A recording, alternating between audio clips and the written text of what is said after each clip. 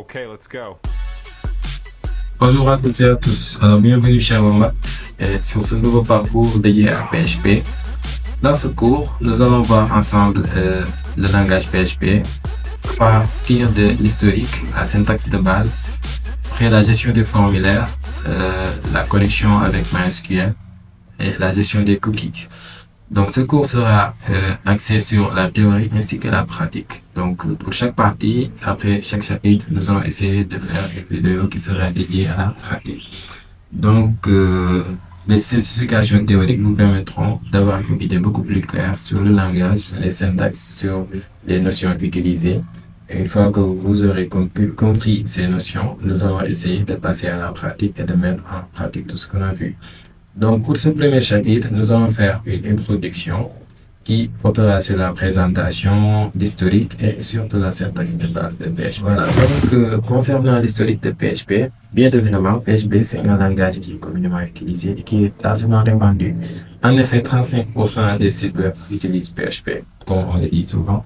Donc, c'est un langage incontournable dans le développement web. Quand est-ce qu'il est né? En 1994. Donc, au début, il y avait un étudiant qui s'appelait Erasmus Ledford. Et il a voulu savoir qui et qui visitait son CV. Du coup, il a écrit un script avec le langage C et ce script lui permettait de savoir qui visitait son CV. Et il l'a nommé PHP Tools, c'est-à-dire Personal Homepage Tools. Après, au fil du temps, il a décidé de mettre ce projet en open source et à partir de 1995, le projet est partagé avec la communauté des développeurs. Maintenant, il y avait d'autres développeurs qui contribuaient sur ce projet et du coup, avec ces contributions, il y a eu évolution à partir de 1996 et PHP est devenu Arrow Tools écrit en script C vers un langage de fusion des projets. Maintenant, il sert à gérer des formulaires, à interpréter des formulaires. Et à partir de là, il prend le nom de PHP FI, c'est-à-dire PHP Form Interprète. Maintenant, en 1998, il y avait deux autres développeurs, Andy Goodmans et Zev Suraski, qui ont aussi vu le projet intéressant et ils ont décidé de contribuer sur ce projet. Ils ont aussi fait appel à Erasmus qu'il avait initié.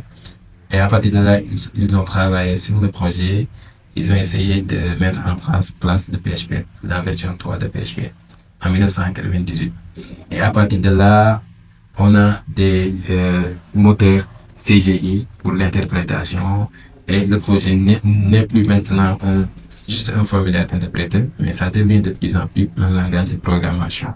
Et après, en 2000, on a intégré Zen Engine, le moteur d'engine Zen, donc pour améliorer la performance de PHP avec la naissance de PHP 4. Et au fil du temps, à partir de là, on a d'autres évolutions du langage. Et jusqu'à 2020, on est à la version 8. Et actuellement, en 2025, on est à la version 8.5 et tout. Voilà, donc voici comment le langage s'est évolué avec la création de PHP 12, après PHP FI pour forme interprétée et après PHP comme langage de programmation. Voilà, donc avant de pouvoir exécuter PHP, on utilise ce qu'on appelle le Common Gateway Interface, c'est-à-dire c'est le script CGI. Il est important de savoir et de comprendre pour essayer de pousser vos recherches sur ça pour mieux comprendre comment le serveur Apache lance ou bien exécute nos scripts en PHP. Donc, le CGI, c'est tout simplement une interface standard qui permet à un serveur, tel que Apache, bien évidemment, d'exécuter un script. C'est-à-dire que ça peut être un script en C, ou bien en Perl, ou bien en PHP, et de renvoyer les résultats au navigateur. Maintenant, lorsque vous codez avec des PHP, vous aurez besoin d'un serveur Apache pour pouvoir exécuter. Et maintenant, avec les versions récentes, PHP a un serveur intégré. Et ce serveur-là utilise ce qu'on appelle ces scripts CGI pour pouvoir interpréter le code PHP et le renvoyer au navigateur pour qu'on puisse l'afficher. Voilà, la syntaxe de base, elle est simple. Donc, le code doit être ouvert et fermé correctement, comme si on ouvrait des balises HTML. Et par contre, ces balises-là vont prendre le nom PHP. Donc, on aura le signe supérieur comme tel qu'on ouvrait des balises avec HTML, le point d'interrogation et le mot-clé PHP. Et à l'intérieur, on met le code de notre code PHP. Et une fois qu'on termine, on le ferme avec un point d'interrogation et le signe supérieur. Voilà, donc il faut noter que chaque instruction, quand on code sur PHP, chaque instruction va se terminer par un point virgule. C'est important, donc il faut le noter. On va essayer de le voir au niveau de la pratique. Voilà, donc pour les commentaires nous serviront tout simplement de clarifier notre code, d'expliquer certaines lignes de code pour qu'on puisse, si toutefois on développe notre produit, ou bien on écrit notre code 2 ans ou bien 3 ans après, qu'on puisse revenir et comprendre rapidement ce qu'on avait codé grâce aux commentaires. Donc, ce sont des indications qui expliquent en quelque sorte ce que le code qu'on écrit fait. Donc, pour commenter sur une seule ligne, on va utiliser les 2 slash. Et pour commenter sur plusieurs lignes, on utilise slash étoile et on va aller à la... Voilà, donc à un moment donné, il sera bien évidemment question de pouvoir intégrer le PHP avec HTML ou bien d'écrire du PHP dans du HTML pour pouvoir exécuter certains aspects. Donc dans ce cas, il nous suffira tout simplement d'ouvrir le bloc PHP dans notre code HTML. Et bien évidemment, ce fichier-là n'aura pas comme extension .html, sinon le navigateur va ignorer ces lignes ou bien va le considérer comme texte brut, mais avec une extension .php.